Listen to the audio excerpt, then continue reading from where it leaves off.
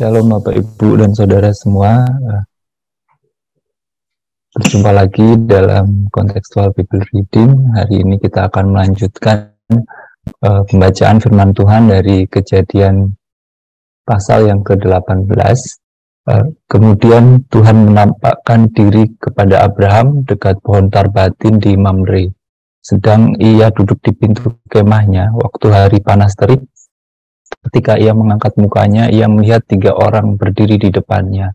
Sudah dilihat mereka, ia berlari dari pintu kemahnya, menyongsong mereka, lalu sujudlah ia sampai ke tanah, serta berkata, "Tuanku, jika aku telah mendapat kasih Tuanku, janganlah kiranya lampaui hamba-Mu ini.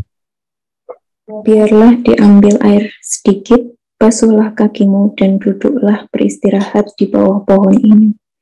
Biarlah ku ambil sepotong roti, supaya tuan-tuan segar kembali. Kemudian bolehlah tuan-tuan meneruskan perjalanannya, sebab tuan-tuan telah datang ke tempat hamba-Mu ini." Jawab mereka, "Perbuatlah seperti yang kau katakan itu."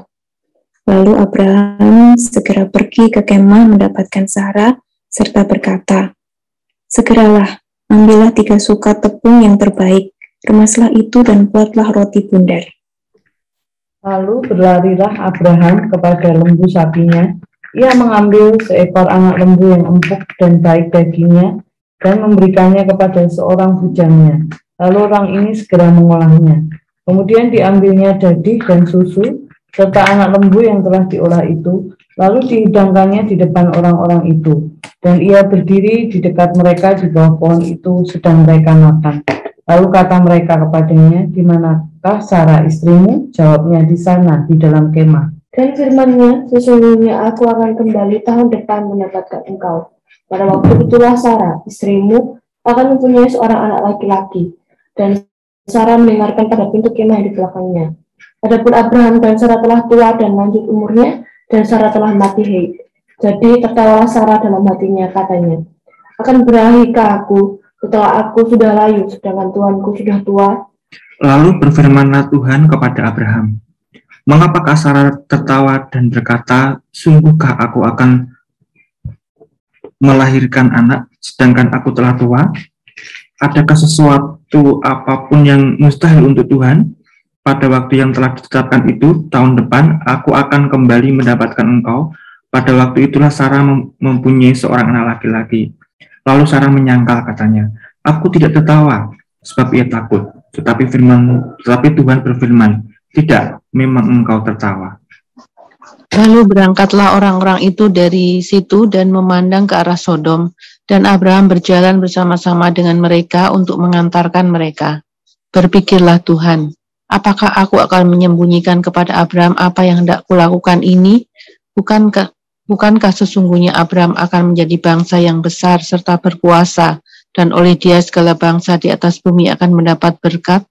Sebab aku telah memilih dia, supaya diperintahkannya kepada anak-anaknya, dan kepada keturunannya, supaya tetap hidup menurut jalan yang ditunjukkan Tuhan, dengan melakukan kebenaran dan keadilan. Dan supaya Tuhan memenuhi kepada Abraham apa yang dijanjikannya kepadanya."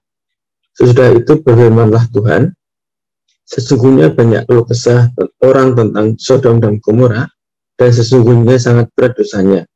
Baiklah, aku turun untuk melihat, apakah benar-benar mereka telah berkelakuan seperti keluh kesah orang yang telah sampai kepadaku atau tidak. Aku hendak mengetahuinya." Lalu berpalinglah orang-orang itu dari situ dan berjalan ke Sodom. Tetapi Abraham masih tetap berdiri di hadapan Tuhan.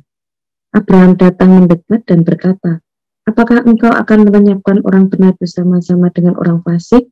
Bagaimana sekiranya ada 50 orang benar dalam kota itu? Apakah engkau akan melenyapkan tempat itu, dan tidakkah engkau mengampuninya karena ke-50 orang benar yang ada di dalamnya itu?" Jauhlah kiranya daripadamu untuk berbuat demikian, membunuh orang benar bersama-sama dengan orang fasik, sehingga orang benar itu seolah-olah sama dengan orang fasik. Jauhlah kiranya yang demikian daripadamu. Masakan hakim segenap bumi tidak menghukum dengan adil? Tuhan berfirman, "Jika aku dapati 50 orang benar dalam kota Sodom, aku akan mengampuni seluruh tempat itu karena mereka." Abraham menyahut, "Sesungguhnya aku telah memberanikan diri berkata kepada Tuhan, walaupun aku debu dan abu. Sekiranya kurang 5 orang dari ke-50 orang benar itu, apakah engkau akan memusnahkan seluruh kota itu karena yang 5 itu? Firman-Nya, aku tidak memusnahkannya jika kudapati 45 di sana. Lagi Abraham melanjutkan perkataannya kepadanya. Sekiranya 40 didapati di sana, firman-Nya, aku tidak akan berbuat demikian karena yang 40 itu. Katanya, janganlah kiranya Tuhan murka kalau aku berkata sekali lagi, sekiranya 30 didapati di sana, firman-Nya, aku tidak akan berbuat demikian jika aku dapati 30 di sana. Katanya, sesungguhnya aku telah memberanikan diri berkata kepada Tuhan, sekiranya 20 didapati di sana, firman-Nya, aku tidak akan memusnahkannya karena yang 20 itu. Katanya, janganlah kiranya Tuhan murka kalau aku berkata lagi sekali ini saja.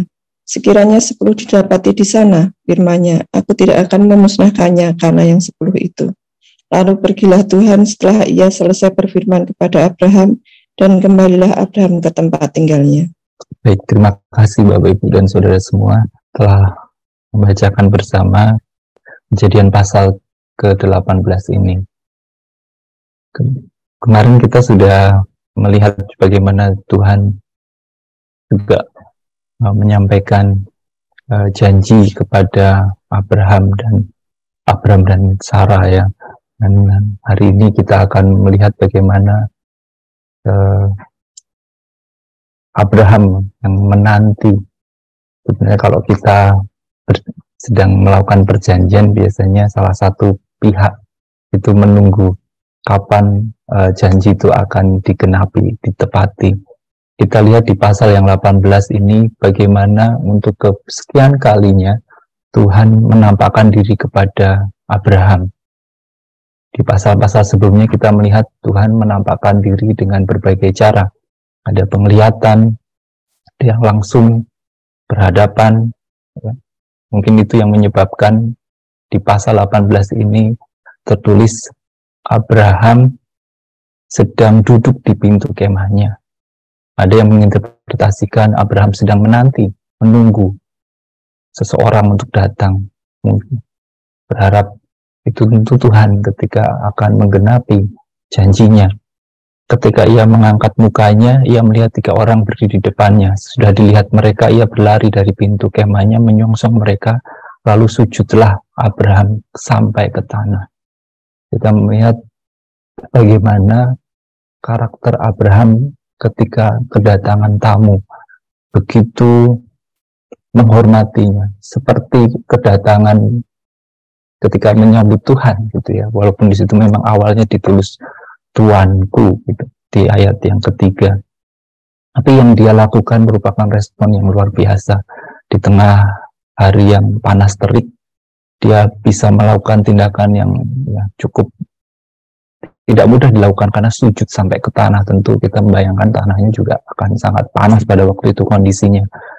Dan saya melihat ini bagaimana Abraham menanti janji Allah, karakter yang ditunjukkan. Dia menantikan Tuhan di pasal ayat 1 dan 2 ditunjukkan. Di ayat 3 kita juga melihat dia meminta belas kasihan. Ketika aku telah mendapat kasih Tuanku. Di ayat 4 dan 8 kita juga melihat bagaimana Abraham mengusahakan semua yang terbaik ketika kedatangan tamu itu, tamu yang istimewa. Ya, apa yang dia lakukan berbagai cara. Bapak, Ibu dan Saudara bisa kita baca tadi bersama untuk biarlah diambillah air sedikit, membasuh kaki, duduk beristirahat di bawah pohon tarbantin tadi ya. Dan sebelum meneruskan perjalanan, ayat 5 dikatakan di situ, biarlah kuambil sepotong roti supaya tuan-tuan segar kembali. Kemudian bolehlah tuan-tuan meneruskan perjalanan. Karena ayat ayat ke-5 di situ juga ada respon dari tamu tadi, perbuatlah seperti yang kau katakan. Ketika ada respon perbuatlah seperti yang kau katakan, langsung Abraham pergi mendapatkan Sarah, istrinya, untuk membantu Abraham menyiapkan segala sesuatu yang terbaik untuk tamunya tadi. Tidak hanya istrinya yang diajak, tapi juga dia meminta tolong kepada bujangnya. Ya, dia memilih sendiri lembu sapi yang terbaik. Ya, sampai berlari. Usia yang tidak muda lagi, hampir 100 tahun, 99 tahun, tetapi ya sujud, berlari, gitu ya. Bagaimana kekuatan yang diberikan yang timbul ketika dia menyongsong seseorang, mungkin yang dia tunggu, yang diharap untuk Tuhan, untuk menggenapi janji yang sebelumnya dia sudah dapatkan, perjanjian. Nah, itu yang diusahakan. Kita juga melihat bagaimana Abraham, ya ayat 5 meminta persetujuan dan melaksanakan semua perintah tuannya tadi ketika diizinkan untuk berbuatlah seperti yang kau katakan itu. Di perikop yang kedua, kita juga bisa belajar bagaimana Abraham dalam hal doa. Ketika di ayat yang ke-22 kita bisa baca, Abraham masih tetap berdiri di hadapan Tuhan ketika yang lain berpaling. Jadi setelah dari tempat tendanya, 3 orang tadi, salah satunya kita juga tahu bahwa itu Tuhan, itu menuju ke Sodom. Dan mungkin di hati kecil Abraham dia merasa ada apa dengan Sodom gitu ya, karena dia mengingat ada ponakannya di sana yang namanya Lot gitu. Mungkin Abraham memikirkan nasib Lot, mungkin ingin tahu apa yang akan terjadi dengan Sodom. Dan waktu itu Abraham berjalan bersama Tuhan memandang Sodom, dan ketika yang 2 berpaling dia tetap berdiri, dan Tuhan ternyata menyampaikan isi hatinya kepada umat pilihannya. Dalam hal ini adalah Abraham. Abraham mendengar isi hati Tuhan. Dikatakan di situ mulai ayat ke-20, 21 kita melihat bagaimana Tuhan menyampaikan apa yang menjadi isi hatinya mengenai keluh kesah orang tentang Sodom dan Gomora. Berarti kita juga melihat di sini bagaimana Tuhan mendengar doa-doa orang-orang yang berkeluh kesah mengenai Sodom dan Gomora.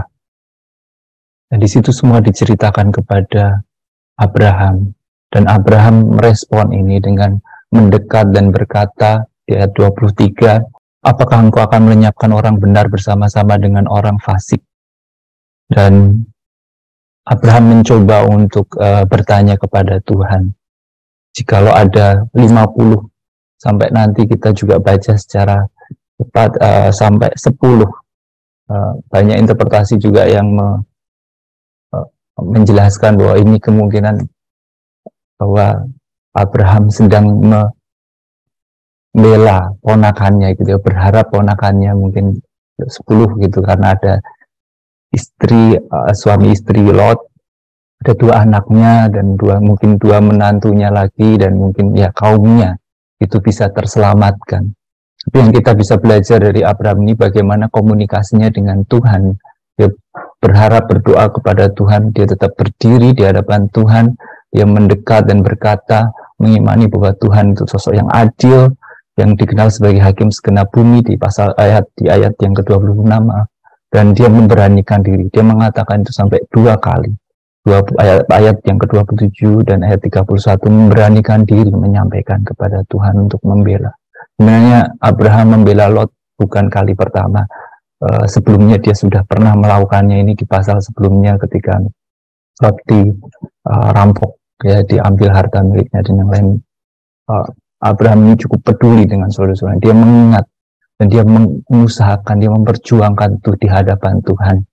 Di sisi lain juga di pasal ini kita melihat bagaimana karakter Allah yang kita kenal, yang kita sembah, Allah yang berjanji akan dan pasti menggenapinya.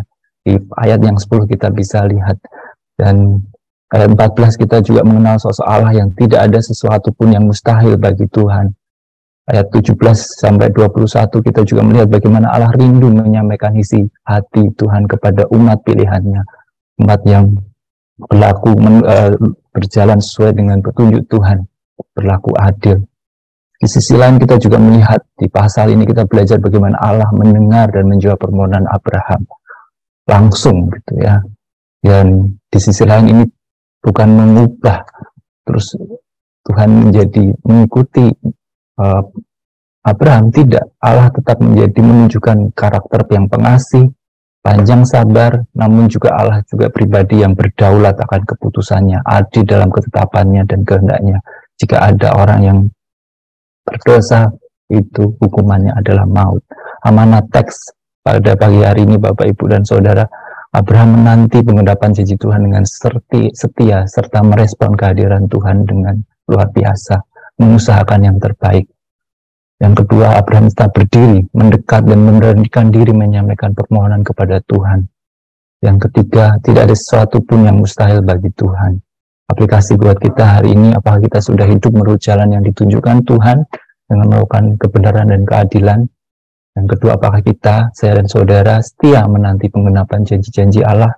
Dan yang ketiga, apakah kita tetap berdiri di hadapan Tuhan, berdoa dengan iman bahwa tiada sesuatu pun yang mustahil baginya. Amin. Terima kasih. Semoga Tuhan Roh Kudus terus memberikan kekuatan bagi kita untuk menjalani kehidupan dan menunggu setiap janji-janji Allah. Amin. Kita akan meresponi seperti yang difirmankan Tuhan. Adakah sesuatu apapun yang mustahil untuk Tuhan? Kita nyanyikan, ku yakin saat kau berfirman, bagi Tuhan tidak ada yang mustahil.